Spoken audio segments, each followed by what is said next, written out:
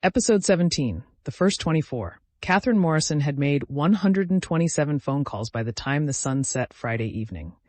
She'd started with Thomas Okonkwo at 3:47 p.m., right after the board vote concluded. His voice had been cautious when he answered, like he was expecting bad news. "Mr. Okonkwo, this is Katherine Morrison. I wanted to thank you personally for what you did this morning, your testimony, what you said about your daughter. Miss Morrison." His tone was flat, professional. "I didn't do it for you. I know, that's why it mattered." Katherine looked out her office window at the Manhattan skyline, the late afternoon light turning the buildings gold.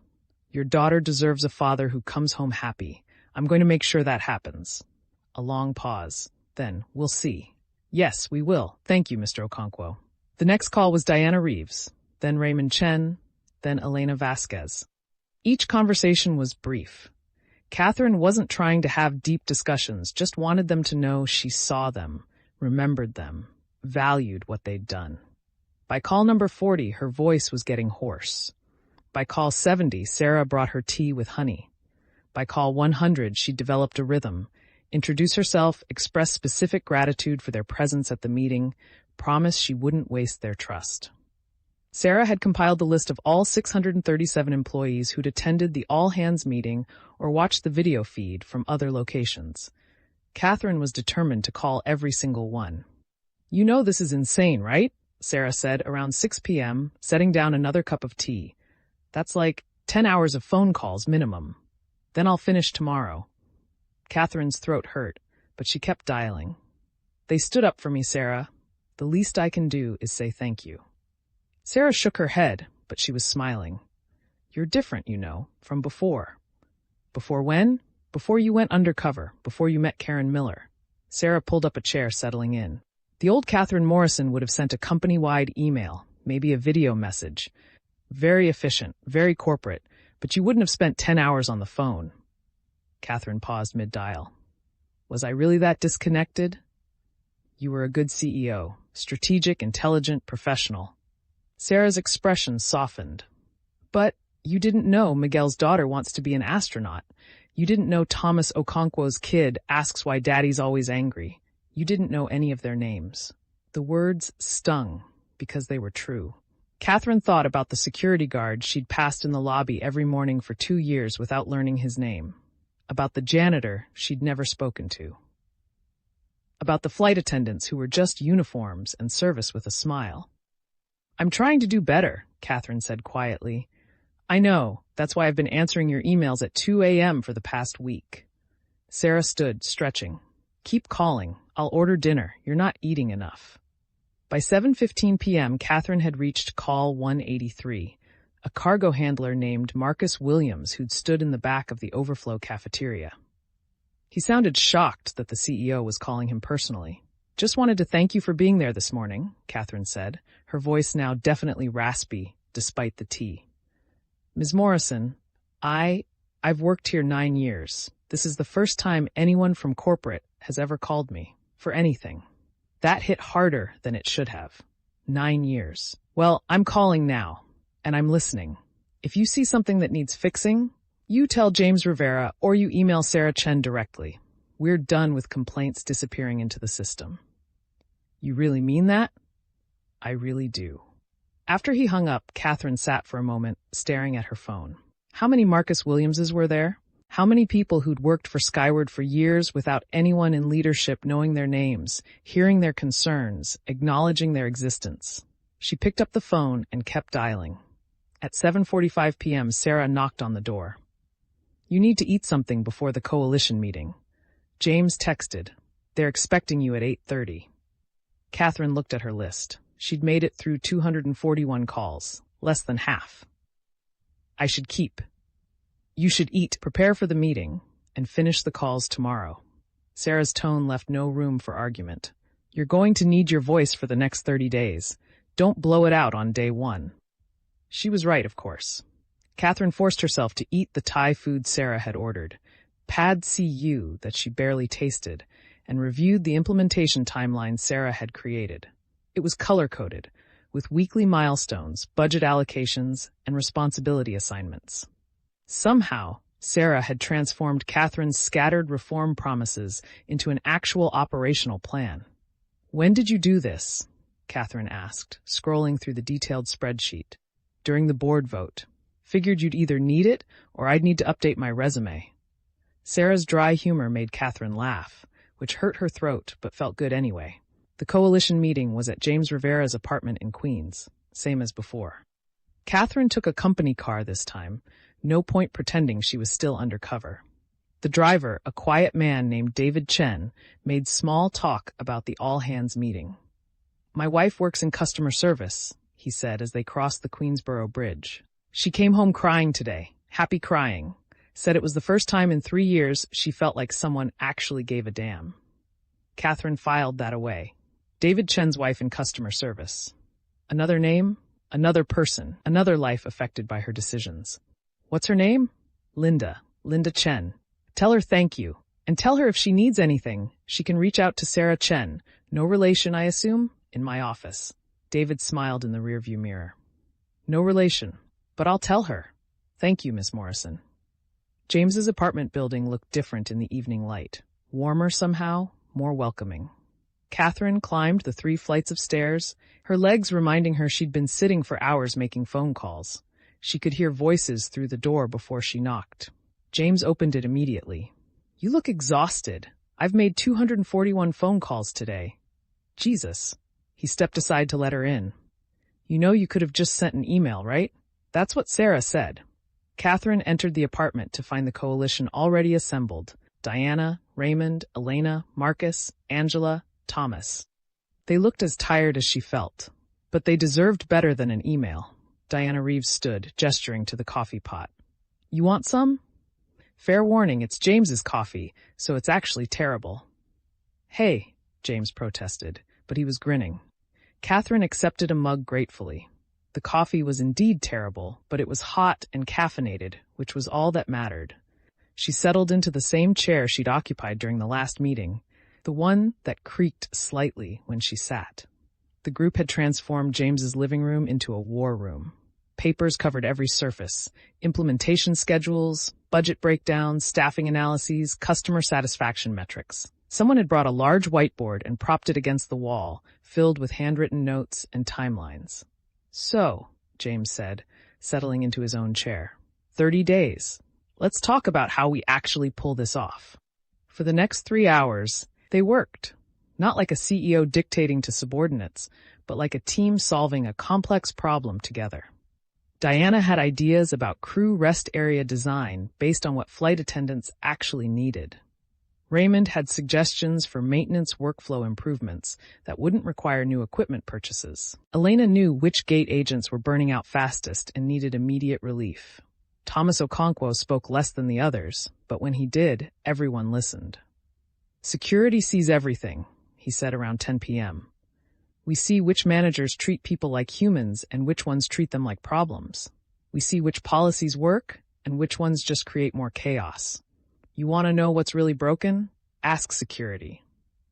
"So we're asking," Catherine said. "What's really broken?" Thomas looked at her for a long moment, like he was deciding whether to trust her with something important. "The incident reporting system. When something goes wrong, passenger altercation, safety issue, employee injury, we're supposed to file reports. But half the time, those reports disappear. Managers don't want bad numbers, so they either don't file them or they reclassify them as something minor." "Like the complaint system," Catherine said, feeling sick. "Exactly like the complaint system. Different department, same problem. Nobody wants to be the one with bad metrics, so everybody hides the truth." Catherine made notes. "Okay, so we need an independent reporting system, one that goes directly to," she paused. "Who should it go to? If it goes to management, we're back where we started." "It goes to us," Elena said firmly. "The coalition. We review every report, track patterns, escalate what needs escalating. Management can see the data, but they can't bury it." Raymond nodded. "And we publish summary statistics monthly. Public accountability." "That's going to piss off middle management," Diana warned. "Good," James said flatly. "Middle management has been covering their asses for years while we took the heat. Time for some accountability." Catherine wrote it all down. This was exactly the kind of systemic thinking she needed. People who understood how the company actually worked, not how it was supposed to work on paper. Around 11 p.m., someone's phone buzzed. Then another. Then Catherine's. Sarah's text was brief. Stock up 3% in after-hours trading. WSJ just posted article about today's meeting. Thomas's testimony is going viral. Check your email. Katherine pulled up the Wall Street Journal article on her phone. The headline read, Skyward employees rally behind embattled CEO at company meeting. The article included video clips from the all-hands meeting. Someone had leaked footage to the press. But it wasn't just the standing ovation that was making waves. It was Thomas Okonkwo's testimony about his 7-year-old daughter. The video had been viewed 2.3 million times in 6 hours. Comments poured in from people sharing their own stories about coming home exhausted and angry from jobs that ground them down. "You're famous," Diana told Thomas, showing him her phone. "Shit," Thomas muttered, looking uncomfortable. "My daughter's going to see this." "Is that bad?" Katherine asked. Thomas was quiet for a moment. "I don't know. Maybe it's good. Maybe she'll understand why I've been fighting." His phone rang. He glanced at the screen, then stood abruptly. "I need to take this. It's my wife." He stepped into James's tiny bedroom, closing the door. The rest of them sat in awkward silence, hearing the muffled sound of Thomas's voice through the thin walls. When he emerged 5 minutes later, his eyes were red.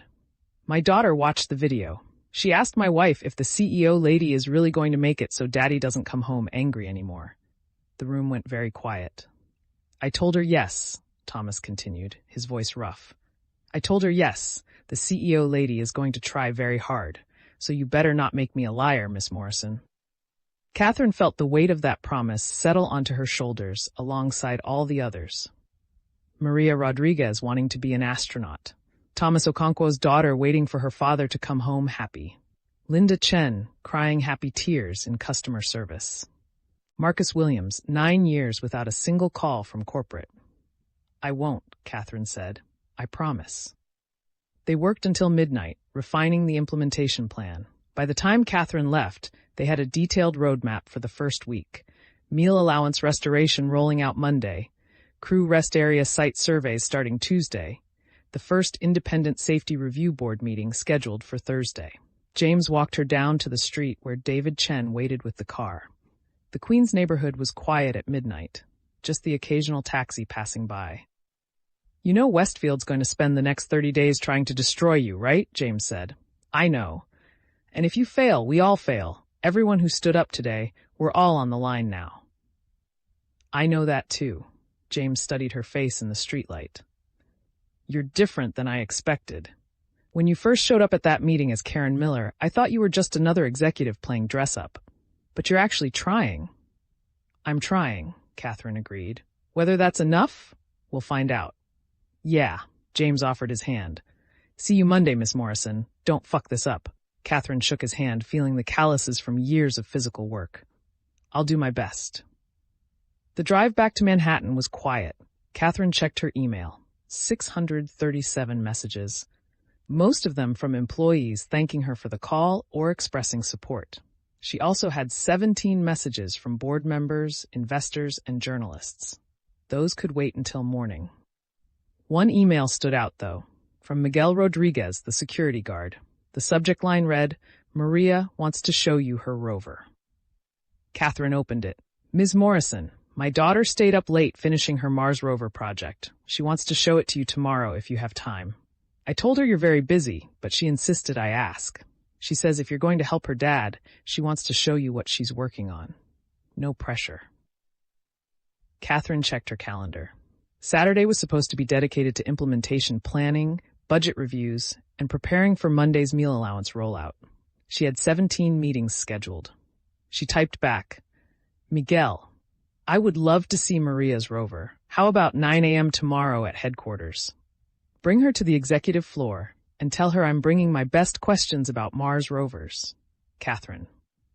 Send. When Katherine finally reached her apartment building at 1 a.m., she found Patricia Hughes waiting in the lobby. Again. "You know, we really need to stop meeting like this," Katherine said, too tired for surprise. "Quick update," Patricia said, falling into step beside her. Westfield spent the evening calling board members. He's not giving up. I didn't expect him to.